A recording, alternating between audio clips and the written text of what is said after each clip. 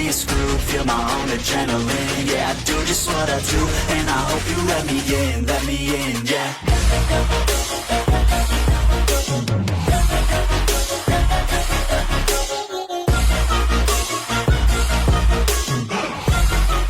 Hello and welcome back, fellow anime lovers, to Cypherfics. I am delighted to have you join us once again in the world of fanfiction and fantasy. This is the first part of, What If Ichigo Enters Queen's Blade? Special note, this fanfic is written and a masterpiece of Takamagara 2012 on FANFICTIONnet. Do check and support the author too. Now smash the like, share and subscribe button for more. Also press the bell icon so that you never miss such great parts. Thanks for the introduction. Now let's dive into the world. Today was like all other days, quiet and calm as Ichigo was coming back home Shibuya from Akihabara after his trip from the Soul Society. As he was about to settle in, he felt strong spiritual pressure nearby. Ah, man. Ichigo whined while he brushed the side of his hair. Just when I'm enjoying my time from the Soul Society, things interfere. Now I know how Seishin feels. Ichigo then heard his cell phone ring. When he picked it up to see who it was, it turned out to be Rukia who was calling him. Hello. Ichigo said as he answered his phone. Ichigo, we have some hollows near the shopping district. Rukia said as she just arrived, standing on top of the telephone pole near the shopping district. Any chance you could come and help me out? Oi, vey. Ichigo sighed. Do I have to? I just got back from the Soul Society just a day ago, Rukia, and I'm still a little tired. Hey! Don't you dare act like Seishin, Ichigo. Rukia yelled. It's your duty to help defend the town from hollows. There's no time for slacking off. What about Seishin? Ichigo asked. Where is he? He's busy in Karakura town. Rukia answered. A hollow emergency is happening down there. You're the only one closest in the area. Ah, man. Fine, I'll come. Ichigo said. I'll be there in a minute. Okay, but you better hurry. Rukia replied. There are a lot of people down there. On it. Ichigo agreed as he hung the phone up. He sighed as he took his combat pass out of his coat pocket and ran out the house. While running he held his combat pass tightly and a blue aura began seeping out of it, turning his clothes into his traditional shihakusho. He immediately used flash step and fled as quickly as he can. Meanwhile Rukia, who immediately rushed to the scene, had slain hollows one at a time with her swift swordplay. At the same time she helped out with several groups of people to escape. Hurry everyone, Rukia cried, get out of here quickly while you still can. Rukia, I'm here. Ichigo cried as he appeared beside her. Right on time, Ichigo. Rukia smirked. Yeah. He replied. Let's just get this done, so I can relax back at home. Okay, then. Dance. Sori no Shirayuki. Rukia said as she immediately charged at the wave of hollows on her left. Tsugi no Mai, Hakuren. She unleashed a large wave of ice towards them, freezing them on impact and shattering them afterwards. Yep, that's Rukia for ya. Ichigo thought as he turned to his right and looked at the wave of hollows charging at him. He drew his Zanpakuto as he prepares to awaken it. Now erupt. Red Nova. Ichigo's Zanpakuto have enveloped into flames and turned from a normal katana into a large kyber blade. The tsuba of the sword has 4 large dragon wings for prongs, a flame-shaped hilt, a dragon's mark swirled around the crimson blade with the silver edge. He then used his sensanzu to eradicate the hollows before him. He then saw another hollow advancing towards the scared young woman in her early 20s, cornering her. Ichigo charged at the hollow and immediately sliced it in half. The young woman looked at the red-haired Shinigami as he held out his hand. She was a long blonde woman with cerulean blue eyes while wearing a black tank top with a jean vest over it.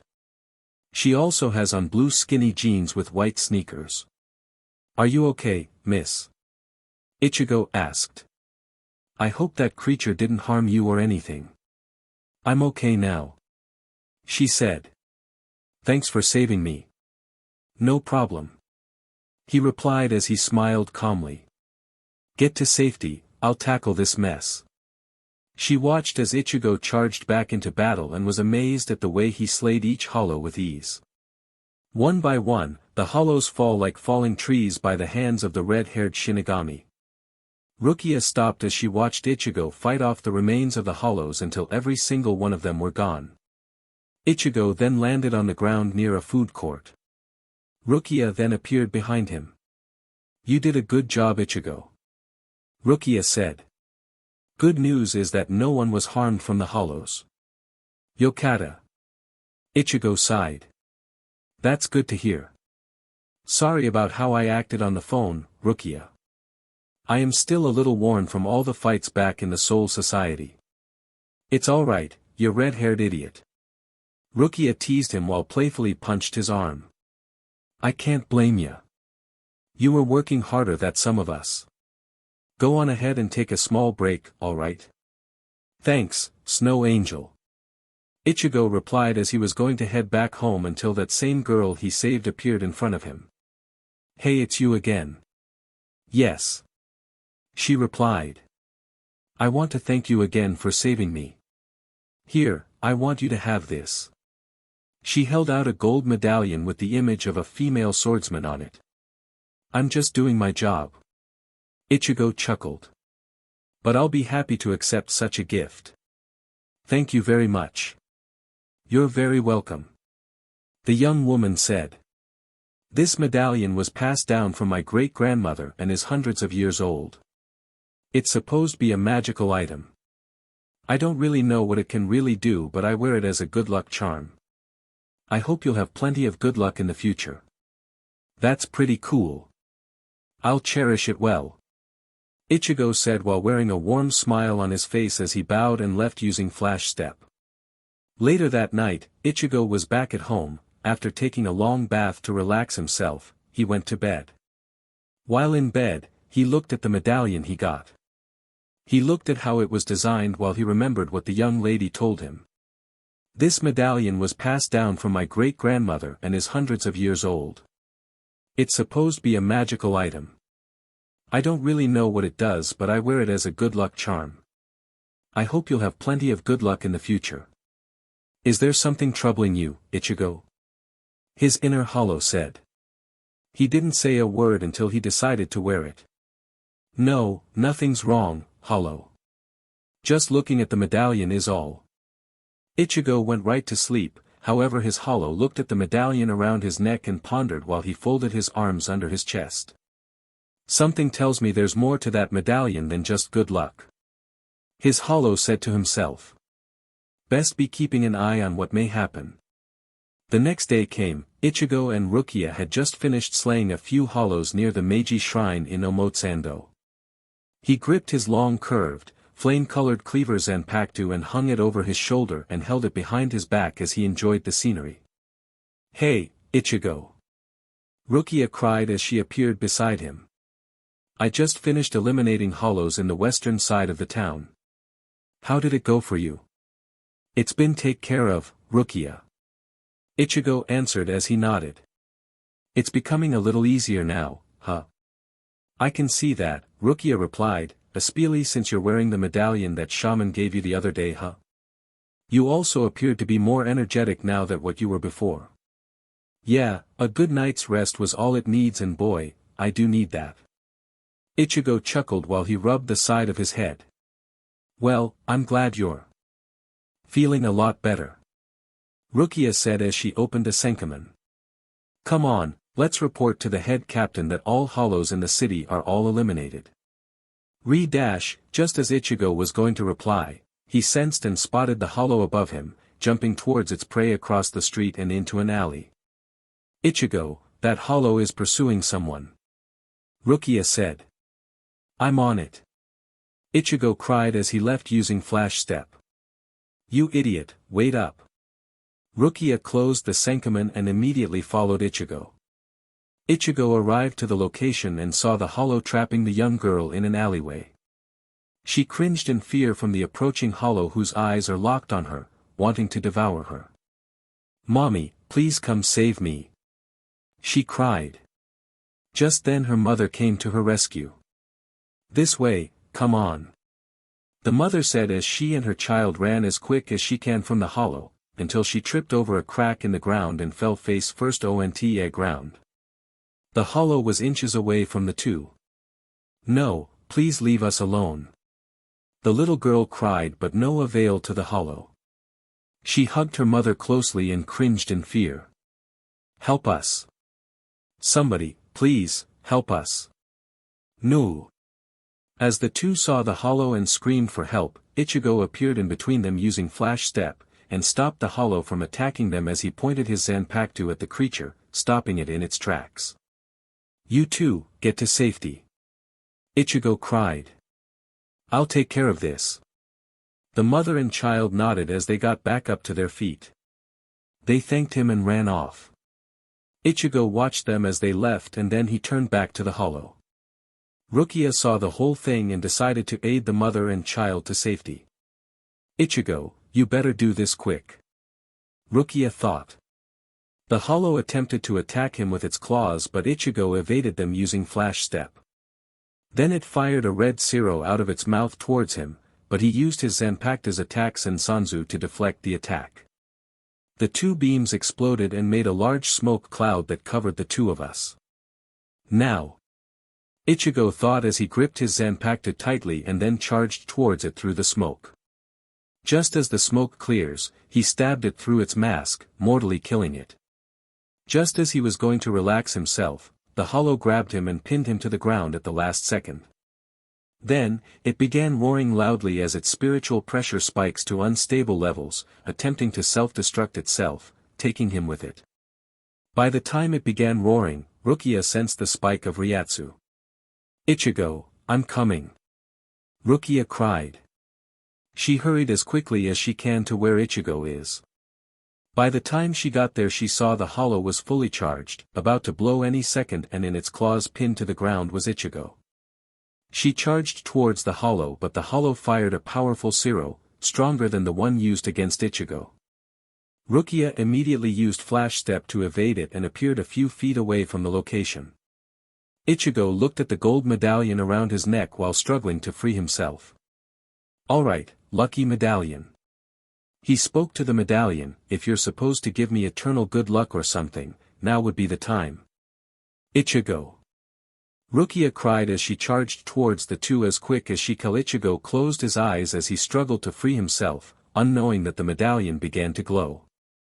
As the hollow made one final loud roar and Rukia's final cry to him, the medallion glowed brightly and immediately transported Ichigo. At the same time the hollow exploded. Rukia was flown back by the explosion's shockwave and landed on the ground. "Ichigo!" Rukia cried as she got back up, only to see an ash ring around the area of the hollow and Ichigo, but she didn't sense any traces of his spiritual pressure. "I got to report this to the captains, right away. I fear he's dead." Rukia opened an Senkaman and rushed inside the sliding door entrance, en route to the Soul Society. Meanwhile, Ichigo fell through a portal, safe and unscathed, but unconscious all the same. Within his subconscious, his inner hollow tried to call out to him but was unable to reach him. When he then woke up, he appeared on the cliff of a mountain while he saw the sun-setting sky above him. "Ow! Man, that landing definitely hurts. I hope it won't happen again. But at least I survived that fall," Ichigo thought. He looked around at the new surroundings. "Ichigo!" His inner hollow called him. "Are you okay? Say something." "Why yeah, I'm okay," he replied until he heard his inner hollow, but then he heard how he speaks. "Hollow. Why do I sound like a girl?" "That's because you turned into a girl," Ichigo's hollow said. "What, a girl?" He pondered. "Don't be stupid, I am still a boy. You might have to look at yourself." he said as he pointed at the puddle of water near him. Ha! Ichigo rushed to the puddle and saw the reflection of herself.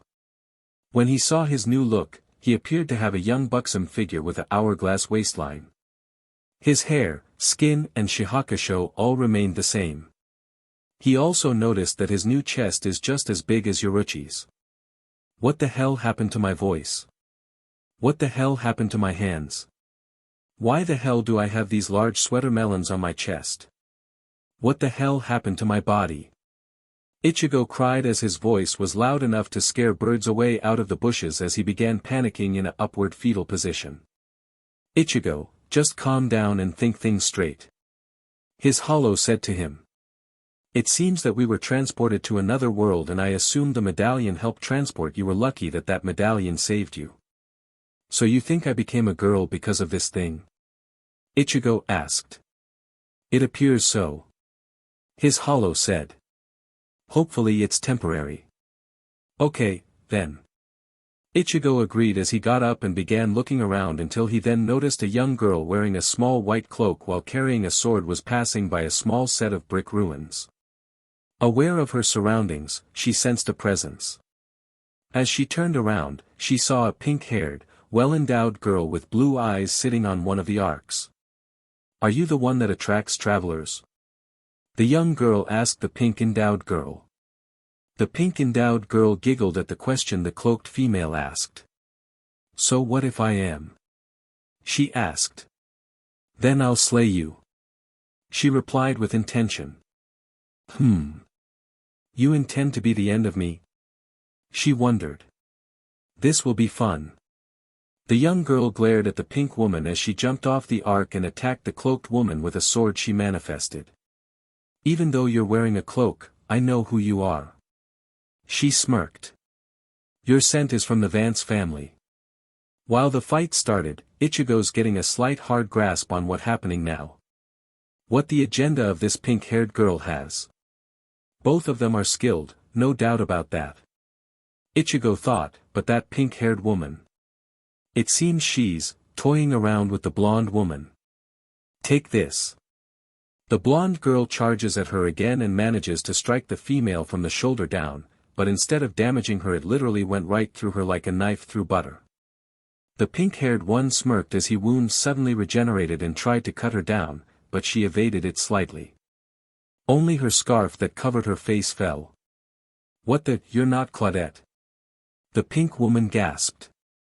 My name is Lena. She said, and I am a noble warrior. She resumed her advance against the pink-haired woman. Ichigo on the other hand heard her name. Lena, huh?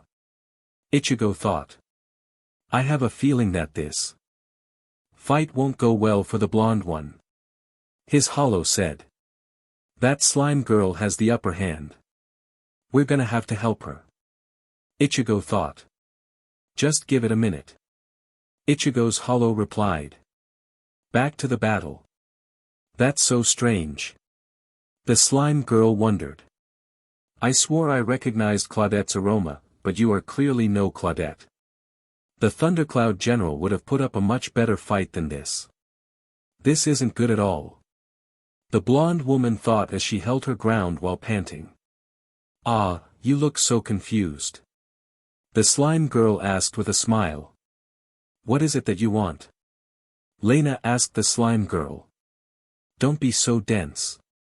She said. I'm crushing the most powerful fighters on the continent, any who hope to enter the Queen's Blade. What is this Queen's Blade? Lena asked. Every 4 years the world's finest female warriors compete in a battle for the right to rule as queen and it's about to begin again. She answered. This is disappointing. Based on your scent I thought I would be fighting Claudette, the lead candidate for queen. Why do you smell like her? Queen's Blade. Ichigo thought. Strange name. But I have a feeling it might have its perks. Elsewhere another female with long red hair wearing a red headband with a tight jacket as her top, a detailed piece around her neck, black panties with a red belt over them, and armguards high up on her arms with feathers protruding from them watching them from above. She heard the names that Slime Girl and Lena said. Those names. Claudette and Lena. The redhead female pondered on how those names are familiar to her. Then she dug into her bag and found a wanted paper with Lena's face on it. Lena Vance of the renowned Vance family.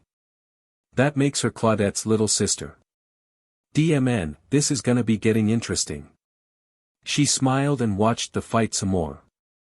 I'm gonna exterminate you. Lena got back up, gripped her sword and charged towards the slime monster. The slime girl evaded each of her moves playfully. She then used her hands that had covered her melons and squirted acidic BRST milk at Lena. The acid dissolved her sword as well as her clothing. The slime girl giggled as she watched her clothes being dissolved by the acid. DMN it. She squealed. It's so cute the way you squeal when you're terrified. I can't believe what a weakling you are. She squirts BRST milk, that melts things. Ichigo's hollow thought. What the hell? Best not to think about it, hollow. Please. Ichigo thought as he while facepalming his blushing face. But right now, the only thing I'm thinking about doing, is saving that girl. Ichigo immediately jumped off the cliff and then dived down, head first towards the battle. I don't know what to do. Lena thought to herself. But if I don't do something, I'm doomed. Lena glared at the slime girl though she doesn't have a weapon. Bring it, you wicked little monster. Lena barked at the slime girl, which made her irritated at the remark. In an instant, she charged at her and gripped her neck as she began choking her to death. What did you say? She asked. You just called me a little monster, didn't you? The slime girl began tightening her grip around Lena's throat. No one has ever said that and lived to tell about it. I'm gonna kill you now. It's the only way I can be sure you won't cause any trouble. Say goodbye, Lena. Lena tried to fight off her grip but no avail as she was almost out of breath. Just as she was almost dead by the slime girl's hands, a flame-colored sword with a dragon's mark cut off her arm, dropping Lena as the dust covered the area. The redhead female saw what happened in an instant. What the? She asked. Who could have done that? As the smoke cleared, Lena saw the red-haired sword fighter. The slime girl looked up and saw the sword fighter beside the blonde swordswoman. Hey, are you okay? Ichigo asked her with concern in her voice as she spoke to Lena while looking at the slime girl, as well as cover the blush on her face. Yeah, thank you. Lena said as she passed out. You be. Who the hell do you think you are? The slime girl rebuked. Ichigo remained unmoved from her insult. I see you like to fight stronger opponents, am I right? Ichigo asked. May I ask for your name? Huh? The slime girl was rather surprised. Strange, you're the first person who wants to know my name. But since you kindly asked, I'll gladly tell you. My name is Melona, the Protean assassin, and I am here to eliminate anyone who hopes on entering the Queen's Blade. I see. Ichigo nodded with his eyes closed. Thank you. Now tell me what your name is. I'm dying to know. Melona said as she emphasized her reply. Ichigo began pondering over what his new name might be. If he says his actual name, which is a male's name, he'll be rather embarrassed to not only himself, but his opponents too. Just then, he came up with a name to blend with his new female self. I'll gladly tell you. Ichigo said as he drew his Zanpakuto from his sheath. My name is Saika Samuel. And I'll be your opponent. Melona began laughing with her hand covering her mouth at the red-haired Shinigami before her. She looked up at the swordswoman and said, You as my opponent? Don't make me laugh. Many females had come to face me but failed to defeat me. What makes you so different from the others? Well, unlike the others, I know how to pick a fight with strong opponents. Saika said, even against monsters like you. You dare call me a monster? Melona said as she gripped her weapon tightly in her hands when she glared at the calm determined look Saika has. I will have to give you credit. You are the only one who doesn't show fear in your eyes. Thanks. Ichigo complimented. Now show me what you got. Saika and Melona both charged at each other with full force. When they got close, Melona quickly made the first move, locking blades with the crimson-haired Shinigami. She struggled to push him down, but she saw Saika smirk as she pushed Melona away with intensive force. Melona flipped and safely landed on her feet and glared back at her. She's pretty strong for a foreigner. Melona thought to herself. How come I never seen this girl before? Saika charged at Melona and made a downward swing over her head, forcing her to block it. Melona growled for a second but then smirked at her as she immediately used her acidic BRST milk to damage her and her Zanpakuto. Saika anticipated it and immediately used Flash Step to evade it. She then appeared beside the unconscious Lena and then looked at her sword covered in the acidic BRST milk. Whoa, she's fast. The red-haired muscle girl thought. Heh, looks like your weapon's about to melt. Melona giggled and teased her. How will you beat me with a melted weapon? I'll show you. Saika said as she pointed her Zanpakuto towards Melona. Now, erupt. Red Nova. Saika and her Zanpakuto were enveloped in the ball of flames. Melona and the red-haired woman were surprised to see what's going on. What kind of magic is this? Melona cried as she saw Saika within the ball of flames as it began clearing up.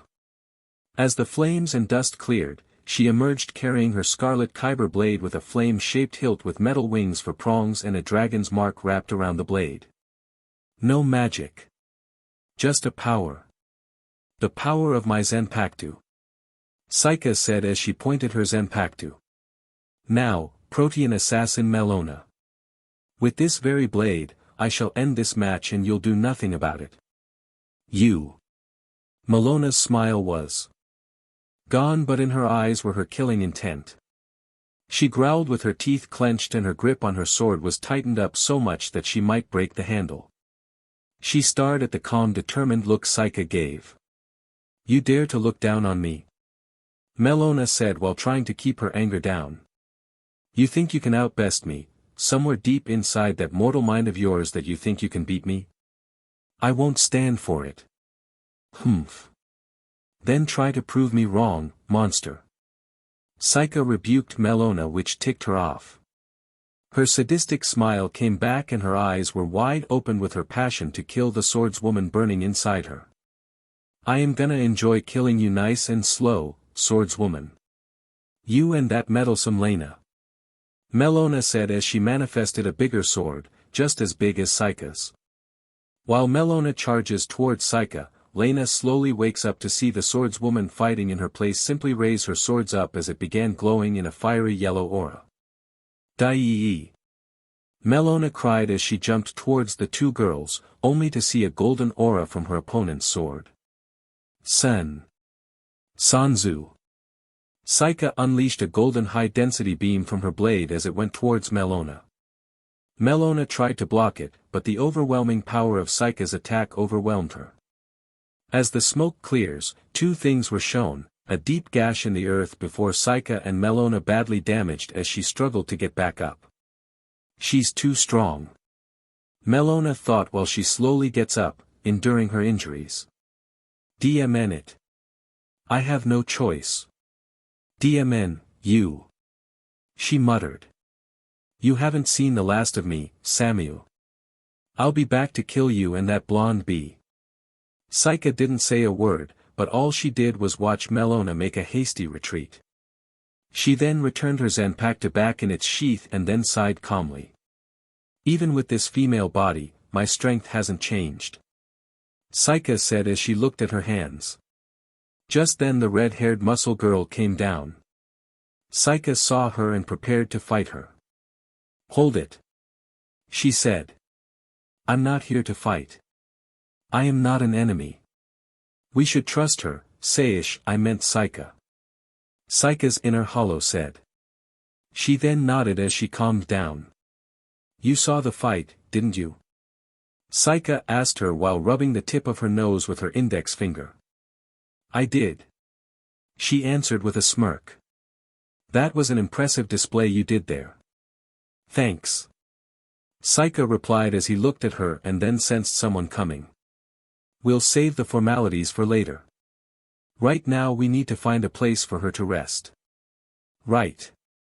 Risty agreed as she followed Saika, who carrying the unconscious Lena Vance, to a safe place away from others who would find her.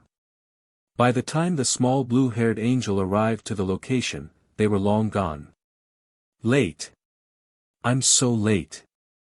The blue-haired angel cried as she arrived to the top of one of the arcs, closed her eyes and readied herself to make her announcement. I am the Angel of Hope, known as Nanail. All of those who will take part of the Queen's Blade tournament shall bear witness to your gallantry and valor, and now, let the gates of trails be opened. When she finished making her big announcement, nothing had happened. But as she opened her eyes, she noticed that none of the fighters are not around. Ah, man! Nanail cried. Why can't I host one lousy match, if there's nobody around?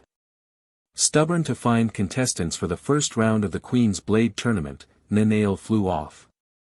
Later that night, Lena, who was unconscious from her recent fight, woke up on an area next to a small lake. As she got up, she saw Risty washing herself. She stopped and turned around to see Lena finally awake. Where am I? Lena asked as she looked at the new surroundings. You're in a safe place, now. Risty said as she made a calm smirk while she dressed herself. Then she sat with her by the fire, carrying her bag. My name is Risty, benevolent bandit of the wild. That fight of yours didn't go off that well. That woman. Lena wondered as she remembered that girl she fought. Who was she? That nasty creature you tussled with was called Melona. Risty replied while digging in her bag. She works for the Swamp Witch, I'm afraid you're no match for her. Lena began wondering about the Swamp Witch and how strong she is. The Swamp Witch. It was foolish to challenge her without realizing your strength. Risty said with a calm smirk as she shifted her eyesight towards Lena. You should be more careful. If you want to live. Lena, now snapped out of her thought process, now noticed Risty digging in her bag. Hey! She said in a stern voice. Give that back, it's mine. Suit yourself. Risty tossed the bag to her. Besides, I didn't save you when Melona almost killed you. Lena's eyes widened in a bit of a surprise. If you didn't, then who did? Lena began wondering who saved her until a young woman who wore a shihakasho and carried a sword on the side of her waist. She then looked up and saw her dark crimson hair, she then remembered that same one who saved her from Melona. Are you okay, Lena? The young Shinigami asked. Yes, I am now. Lena replied while she was trying to cover herself. Risty tossed her a blanket. Thank you for saving me, It's Saika. Saika Samu. She replied. I am a Soul Reaper. Soul Reaper. Lena wondered. So you are a person who attacks souls? Risty asked. Something like that. Saika replied. Soul Reapers are beings that protect souls and keep the peace between this world and another world. I see. Risty said. You Soul Reapers are like guardian of souls, correct? In short terms, yes. She answered. Saika, right? Lena asked her name, which she nodded. Thank you for saving me. I would have died if you haven't been there. My name is Lena. Sorry that I didn't introduce myself earlier. It's okay, Lena, and you are welcome. She smiled and replied. Tell me, why are you out here in the first place? She's a wanted criminal, Ichigo. Risty interrupted. She's one of the daughters of Count Vance, and I'm here on the other hand to return her. Is that true, Lena? Saika asked. Are you a member of a royal family? Lena sighed as she shook her head. Yes, I am. She replied. But I have a reason I have left that place.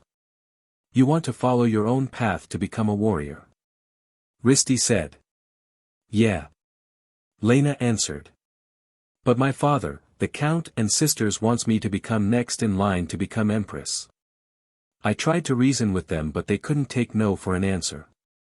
I saw what had happened through your life. Saika felt sympathy for the young blonde woman. I'm sorry you had a stuck-up life as a member of a royal family, and to become next in line to take over the capital. Don't worry, Saika. Lena replied. I'm just gonna escape again and follow my own path. I see. She calmly nodded. I also saw some potential in you as a fighter, and it's steadily growing. Thanks, but I need more time to get stronger. She glared at her clenched fist. And you will. Saika smiled as she touched her shoulder. Lena looked at her and smiled. All right, you too, Risty interrupted them. We got to get some rest. I'm taking Lena to her home in the morning. I may as well wear a mask to cover my face. Saika said as she looked at her hands. Why do you want to wear a mask when you approach others but show your face to people like me and Risty? Lena's question also got Risty's attention. It's because. Saika lies on the ground next to the fire. I only show my face to those with a reason they are fighting. You, Lena, have a unique path that you follow, something only a certain few saw. Risty on the other hand fights to help others out. When she said, benevolent bandit of the wild, she reminds me of Robin Hood. She fights against the rich and gives it to the poor. I see. Okay, we'll talk on our way to my home. Lena lies down and went to sleep. Risty smirked as she heard what Saika complimented about her when she went to sleep after Lena. Saika looked at the stars for a little bit and went to sleep, until Risty called her. Saika, one question that left me wondering. Risty wondered. Where did you come from? Saika calmly sighed and said, all I can say is, after we get to the capital, then I'll tell you everything. Heh. Risty smirked. Alright, but I'm holding you to that. Minus 24 hours earlier. After Ichigo's death, Rukia rushed to the Soul Society as quick as her legs can bear. When she got there, she was breathing heavily and her head covered with sweat. She then rushed to the head captain's office. She arrived shortly after, then explained to the head captain about Ichigo's disappearance, and then he issued an immediate captain's meeting. We are here to talk about the disappearance about the Ichigo Samyu. Yamamuro announced. Rukia Kuchiki, explain what had happened. Yes, sir. Rukia replied. Not very long after I arrived. Ichigo and I had taken care of the hollows in the world of the living. Just as we were going into the Senkamen, another hollow appeared as it chased a human child and her mother. Ichigo arrived in time to save them, but after he defeated it, the hollow gripped onto Ichigo and attempts to blow it and Ichigo up. I rushed as quick as I can, but by the time I reached them, the hollow exploded. Before I had left, I had checked the area one last time and found particles of Ichigo's spiritual pressure in the area the hollow exploded. How can that be possible? Suifeng asked. When a Shinigami dies, all traces of spiritual pressure diminish. That much is correct. Captain Yamamoto said, Captain Kuratsuchi, what can you come up with this situation? I might guess that Ichigo is very much alive and is probably in another dimension. Mayuri said. What if Ichigo has some type of magical item that managed to teleport, leaving behind a small trace of spirit energy? If what you're saying is true, Unohana said, then Ichigo is still alive? Mayuri guessed.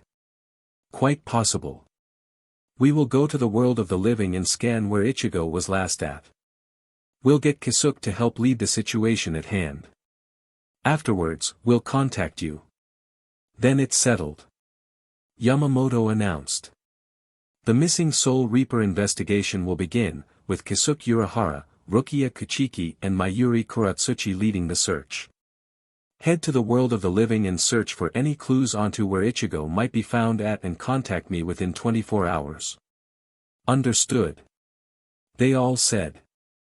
As the captains left Yamamoto's office, Mayuri Kuratsuchi stopped to talk to Rukia.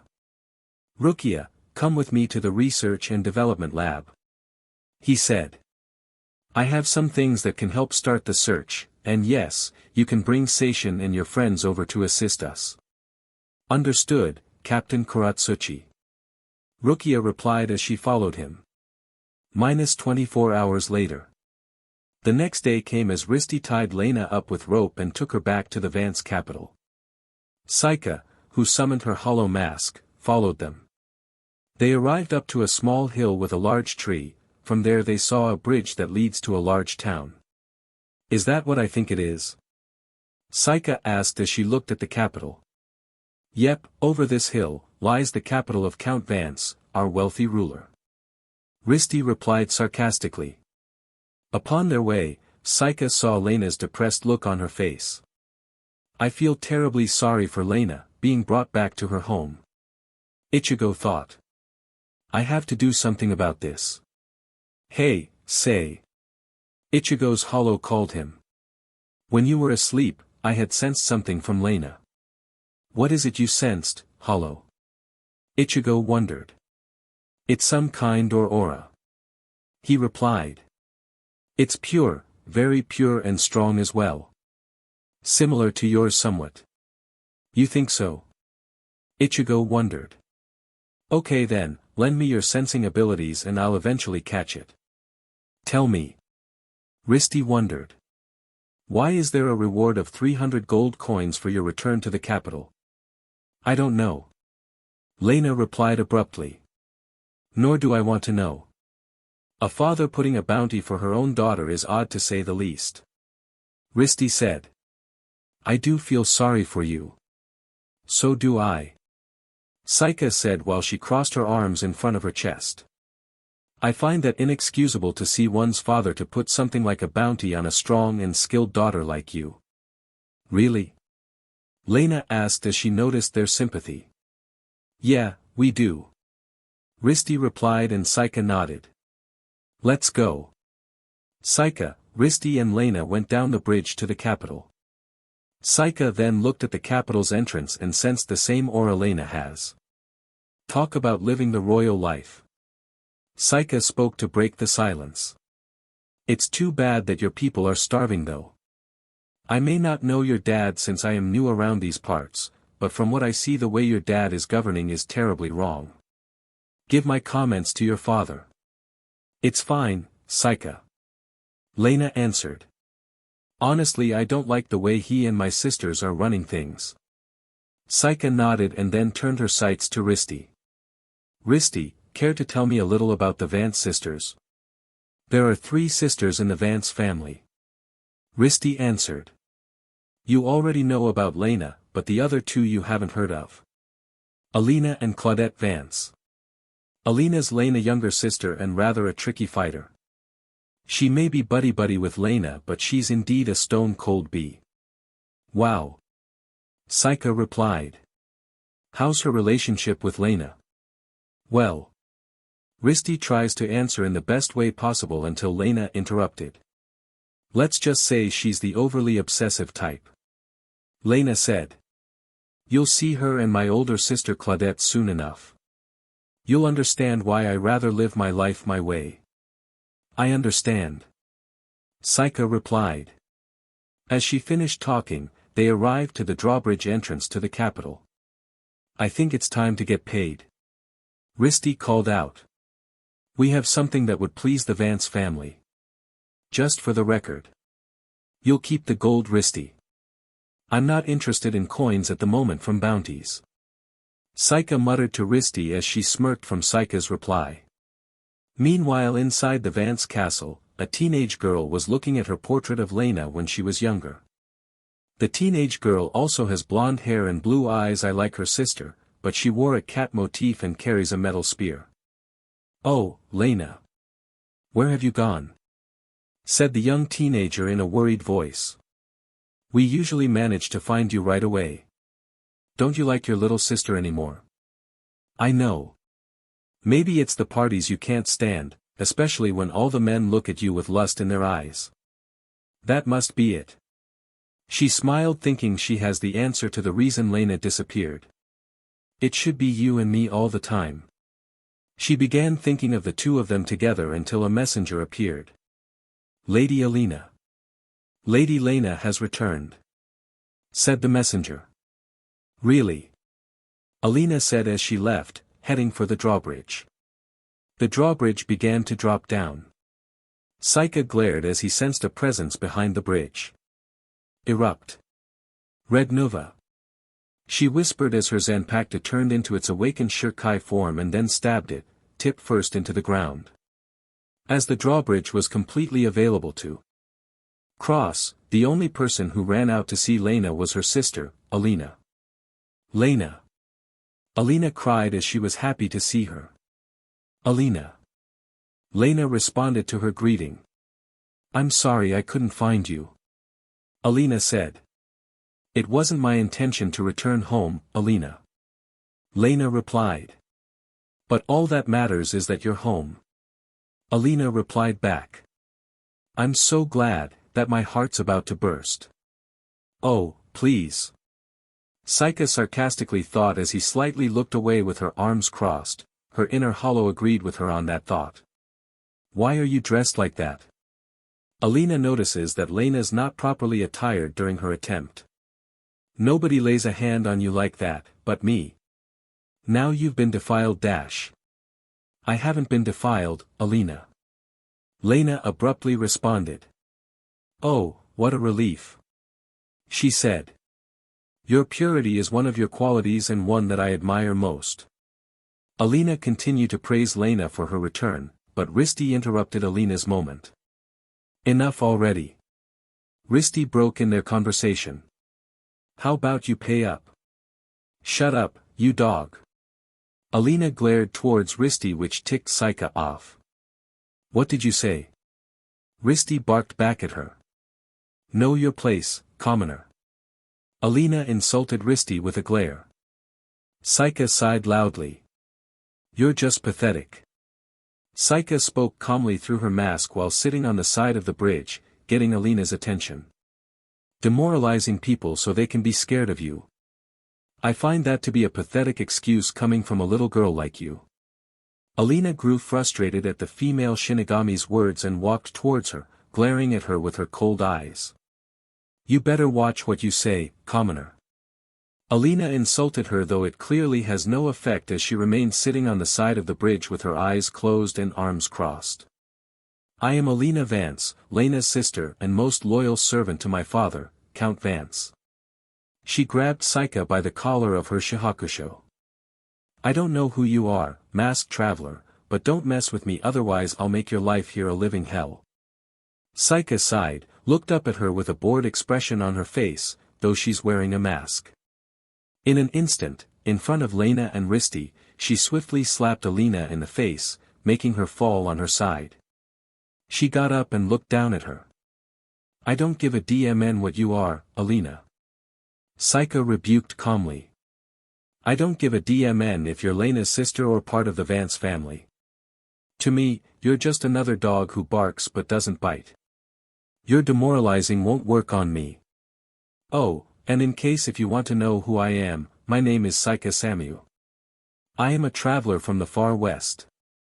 Lena and Risti were surprised to see someone stood up to one of the Vance family members and kept her cool all this time. Little did they know, Nanale, the blue-haired angel, found the four girls by the Vance capital entrance. Looks like a battle's gonna start. Nanale said, watching them from above as she took her book out. It's my duty as an angel to watch all the Queen's Blade battles. I'm so embarrassed I missed the last one. Nanale opened the book and looked at all the names of each fighter in the Queen's Blade tournament. The first person she found in her book was Risti. Let's see here. The red-headed one is Risti, the benevolent bandit of the wild, says here that she's quite the strong fighter. The other one is Alina, captain of the Vance Guard troops, she seems rather fierce. Nanao looked closely and noticed the young Soul Reaper in the middle of the group. That's strange, I haven't seen this person around before. Judging by her appearance, she seems to be strong. But who is that masked person? Nanao continues to wonder who Saika is, while she's dealing with Alina at the moment. She crossed her arms and continued to look down on her with a stern look through her mask, showing Alina that she can't be taken down by insults alone. Whenever you're with Lena, you're always the goody two-shoes type of girl, always wanting with her forever, but when she's not around you're always a cold-hearted monster who strikes fear in the hearts of other people. A dog that barks but doesn't bite is considered to be a cowardly dog, and you, Alina, are that cowardly dog I see before me. Wow, Saika.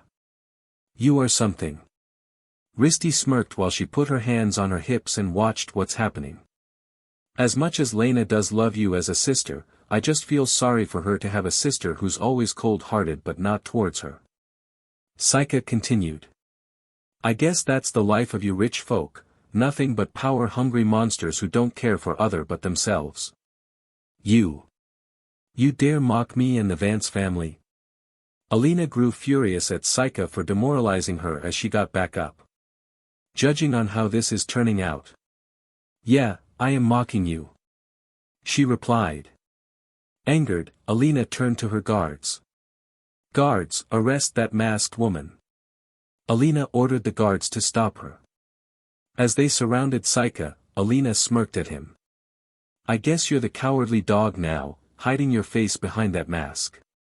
Show us who you are behind the mask and fight us. Sorry, but no. Saika said as she withdrew her Zanpakuto and struck the guards' pressure points on the neck swiftly, knocking them out. Please tell me that's all the guards you got. Enraged, Alina charged at her with her spear, but Saika sighed and drew her Zanpakuto out and patiently waited for her to make the first move. As Alina attempts to stab her with the spear, Saika evaded and attacked her swiftly. She appeared behind Alina with her eyes closed.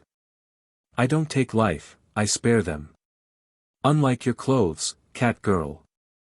Saika withdrew her Zanpakuto once again, as she slammed the hilt into place with its sheath. Alina's metal bikini top was cut in half as it fell off her, revealing her bosom to the world.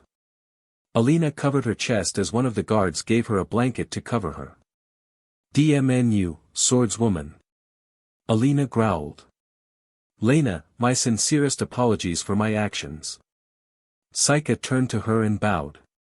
I was merely trying to help support you and Risty as well as not hurting the others as well as your sister. It's fine, Ichigo.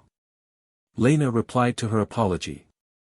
Though you insulted the Vance name a little, you only did this to defend us and I thank you for that. Suddenly Saika, Lena, Risty and everyone else noticed thunderclouds in the sky, then a lightning bolt struck down on where Saika and the others stood, but she blocked it using her Zanpakuto in its Shurikai state. The clash caused a strong burst of wind that blew Nanao away. Ichigo.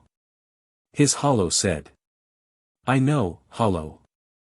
Ichigo thought as he withdrew his Zanpakuto into his sheath as he turned around and saw another red-headed woman coming out of the smoke.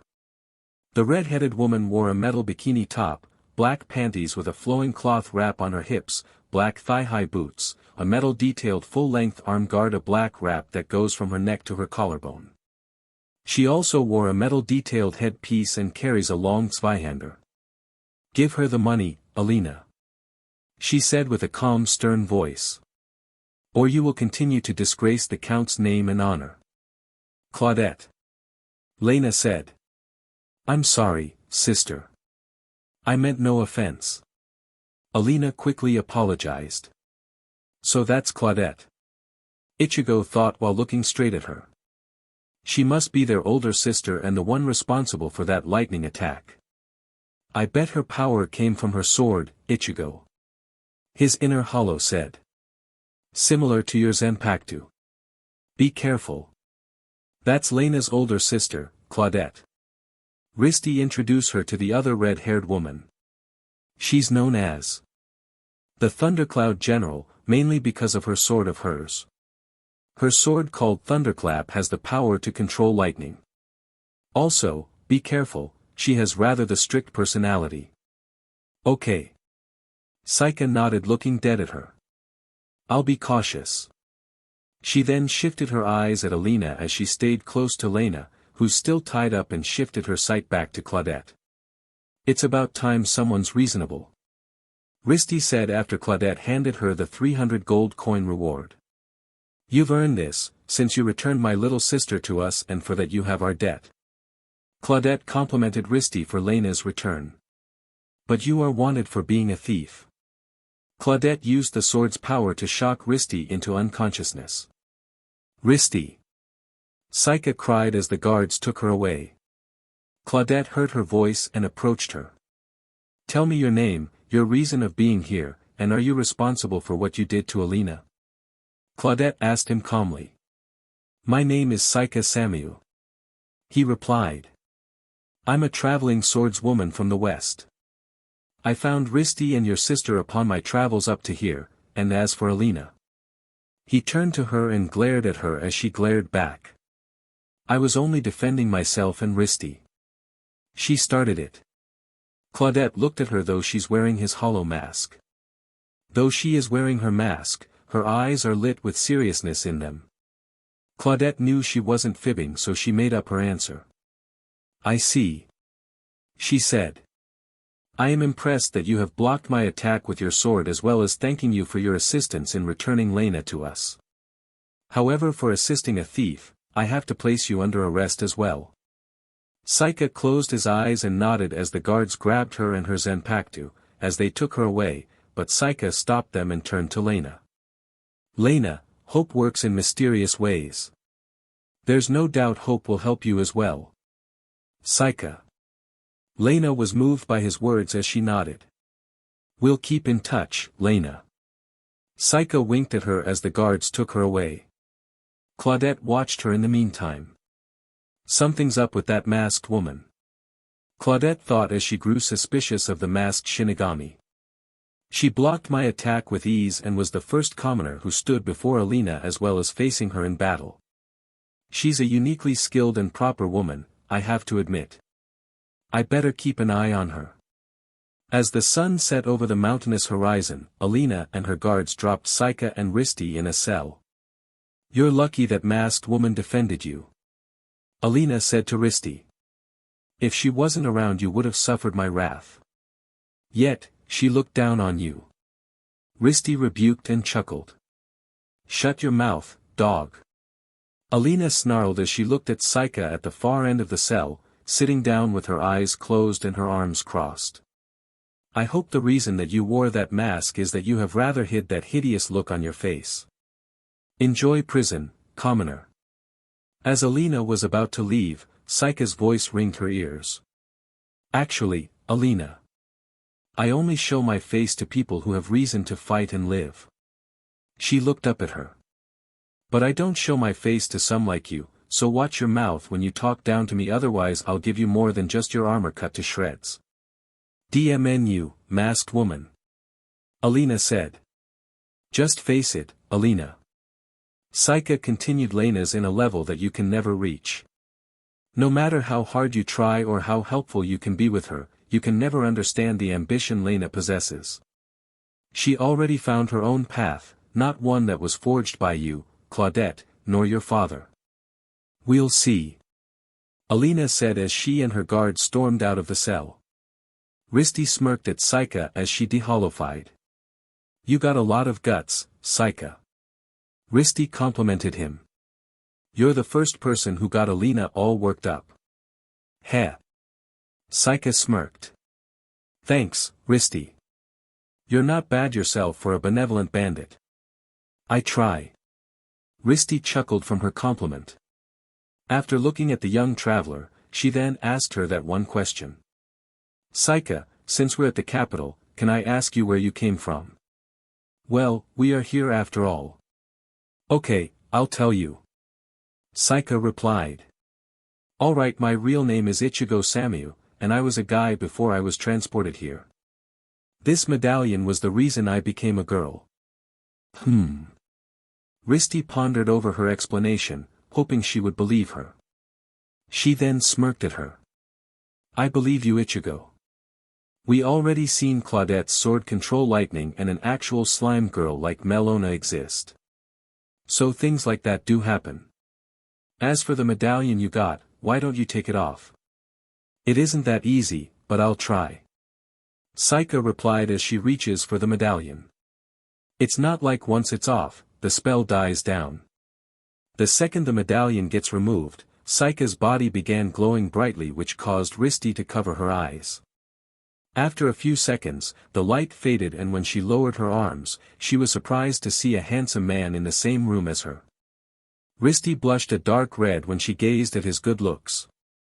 "Well, what do you know?" Ichigo said. I stood corrected. "Yes, I am me again. That's Ichigo. Wow, he's so hot." Risty thought. Ichigo then noticed Risty blushing. "You okay, Risty?" Ichigo asked her while she snapped back into reality. "Why yeah, I'm fine." Risty stammered, and then she cleared her throat. "Anyway, do you have any escape ideas?"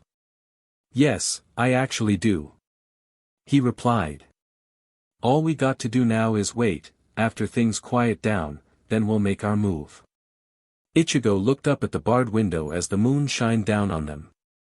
As Ichigo and Risty patiently waits for their plan to set into action, Lena stood in front of the doors, talking with Claudette. "What were you thinking?" Claudette asked in a serious voice. "You're going to become the next countess, and you know that." "I have no intention on becoming a countess, Claudette," Lena replied. "Wouldn't you be more suited for the job? The count has already made the decision." "Oh, I know," Lena rebuked. "But I have my own path to follow, not the count's." "Mind your tongue, little sister." Claudette slapped Lena hard against her face. Lena looked at her angrily. "Now one of the lords will be announced at the event tonight. You best be ready." Lena upset that Claudette couldn't accept the fact that she wanted to follow her destiny. She then remembered what Ichigo said before he was taken away. "Lena, hope works in mysterious ways. There's no doubt hope will help you as well. We'll keep in touch." Saika's words were repeated in her head. Hope. She thought. I hope Saika's right about this. Unaware of what Lena's thinking, Claudette turned to the pillar near her, noticing Alina's presence. "Alina, keep an eye on her," she said as she then walked off. Meanwhile, in the world of the living, Seishin along with Rukia, Kisuke, Yoruchi, and Mayuri Kuratsuchi with his assistant Nimue as they searched around the area Ichigo vanished. "Rukia, is this the very location where you last spotted Ichigo?" Seishin asked her. "Yeah, this is the very spot," she replied while she scanned the ash ring on the ground for any traces of Ichigo's spirit energy. That hollow was about to pull a kamikaze stunt to kill Ichigo, but a bright light covered the area and an explosion soon came afterwards. "Sheesh, that's pretty low for a hollow to do something like that," Seishin said, then turned to Mayuri. "Hey, clown guy, did you find anything on your end?" "It's Mayuri Kuratsuchi, and the next time you call me clown guy again, I'll dissect you, while you're awake," he cried. As for your question, I just picked up some spirit energy and transferred it into my scanner. It's faint, but it's definitely Ichigo's." "That's good to hear." Rukia sighed in relief. "Now we can pinpoint where we can find him." "That won't be easy," Kuratsuchi interrupted. "There are a vast number of dimensions than just the Soul Society and Hueco Mundo. Ichigo could be in any place, and searching for him will take days to pinpoint his location. As long as Ichigo's alive, we'll take that chance," Seishin said, supporting Rukia. "I know Ichigo well, he's a survivor." Seishin. Rukia said. "Okay then, we'll head to the lab in my candy shop and come up with a solution," Kisuke said. "Give us a week and I'll give you a call, Seishin and Rukia." "Okay." The two agreed. Later that night, Lena's family hosted an event. Music was playing, lights were shining through the windows, and so many people were partaking in the festivities. All but Lena, who was standing outside wearing a formal dress, wasn't entertained. They're all selfish. No one cares how I feel. Lena said to herself. But only 2 people knew how I felt. Saika. Risti. Please be safe. Lena remembered the 2 people as she hoped that they're okay. Lena. Alina called her from behind. It breaks my heart to see you upset. She cuddled her trying to cheer her up, but to no avail. Hey, I know. Why don't we sneak off somewhere and have out little fun? Lena remained oblivious to what Alina said, though she knew what she meant. She continued to sulk while Alina continued to cheer her up. Little did the Vance sisters know, the fountain turned a dark pink as a pink-colored girl emerged inconspicuously and spotted the girls. I found you, Lena. Melona said. I'll be sure to finish you off this time, especially that other swordswoman. Melona remembered what Lena and Saika had done to get her irritated.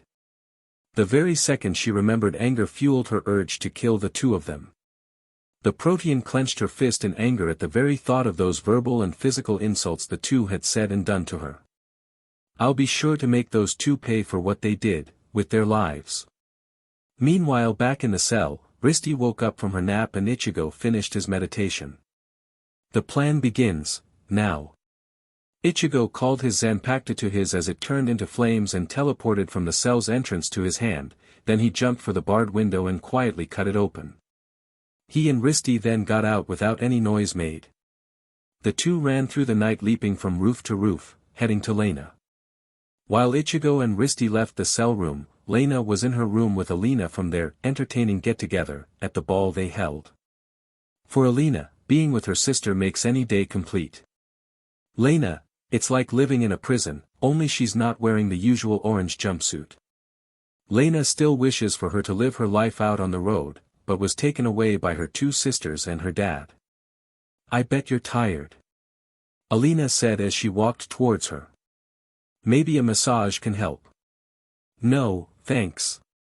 Lena replied as she walked off without giving her any eye contact. Alina sighed when Lena said no. Well then, let me comb your hair. Lena didn't say anything but allowed Alina to comb her hair. Lena, running away won't change anything. You'll always be found and always be brought back. Just accept your title, you'll get married, you'll become a countess, and settle down.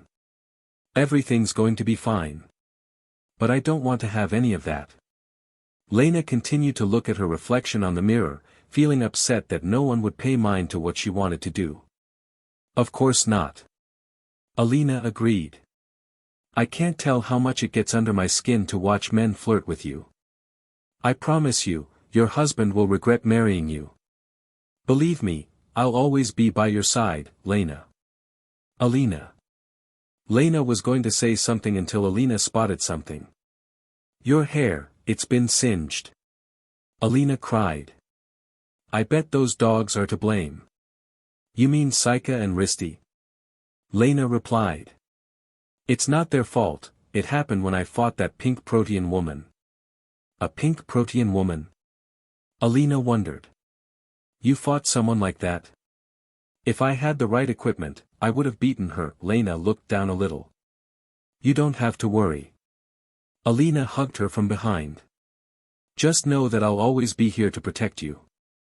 Alina smiled as she left the room but remained on guard. She looked down feeling upset. Yeah, always.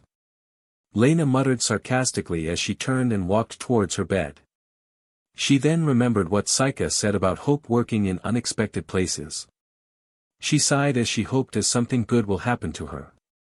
Perhaps freeing herself out of the prison she calls home. DMN. She wouldn't even let me sleep with her. She departed from Lena's room as she ordered guards to prevent Lena from leaving her room. I'm back here once again. Lena said to herself. If only I could get over that mountain pass, I could be free. That's where I have to go. Lena went to sleep, despite her depression of being stuck at home. Flashback. In her flashback, Lena remembered herself, when she was young, standing up to her father. I can do it. She said. I'm strong, father, you'll see, and then mother will. She paused as she saw her father's expression. Flashback ended. Lena woke up from her flashback, looking at her palm, feeling guilty about herself. I'm still weak. She thought. If Risty and Ichigo didn't show up, I would have been. Lena remembered the same words Risty said to her. It was foolish to challenge her without realizing your strength. You should be more careful. If you want to live. How did Saika save me from Melona? She began wondering about her recent battle. Is there some kind of weakness? What should I do? Lena sat with her face in her knees, pondering. Meanwhile, Ichigo and Risty stood on top of one of the buildings watching over the capital. She smirked as she readied her morning star and Ichigo with his Zanpakuto. Ready to begin, Ichigo? She looked at Ichigo with a smile. Let's go, Robin Hood. Ichigo replied as he summoned his hollow mask and followed Risty. The two silently leaped over several roofs until they got to a part of the castle where the Vance family stashed their gold and valuables. The two got in and separately did their searches. Risty began collecting gold and Ichigo began looking around. Risty found a suit of armor that would be perfect for Lena. She called Ichigo afterwards. Ichigo, I found something. Ichigo heard Risty's voice and went to follow her. As he saw the armor, he sensed the same aura as Lena. That armor is perfect. Ichigo opened the case and took the armor out and put it in a bag. Good eye, Risty. He hugged her immediately without thinking. Ichigo blushed behind his mask and released himself from the hug. Sorry. He said. You're pretty cute for a warrior, Ichigo. Risty said with a smirk. I like you, and I'm sure Lena likes you too. Ah, really? Ichigo blushed, and instead of Risty replying to his answer, she removed the mask slightly to kiss his cheek. Really? She replied. Now help me with this stuff. Right. Ichigo smiled as he assisted Risty with gathering up the gold. Someone has a crush on you. Ichigo's inner hollow taunted. God dang it, hollow. At a time like this. Ichigo replied while showing his usual scowl and tick mark on his head. Back at the castle halls, Alina and her guards were heading back to the cell room to check on the two prisoners. When she opened the door, she was shocked to see that found out Ichigo and Risty escaped. Those dogs. They broke out. She said angrily. Tear them apart. Seal off all passages, now. Yes, milady. One of the guards replied and sounded the alarm. I'm gonna make them suffer. I'll see to that, starting with that dog who insulted me. Alina snarled as she ran the other direction. I am coming for you, Samuel. Meanwhile, Ichigo and Risty were gathering the remaining gold and jewels and stashed them into a few bags. Suddenly the two heard the alarm blaring all around the capital. Heh, looks like they found out.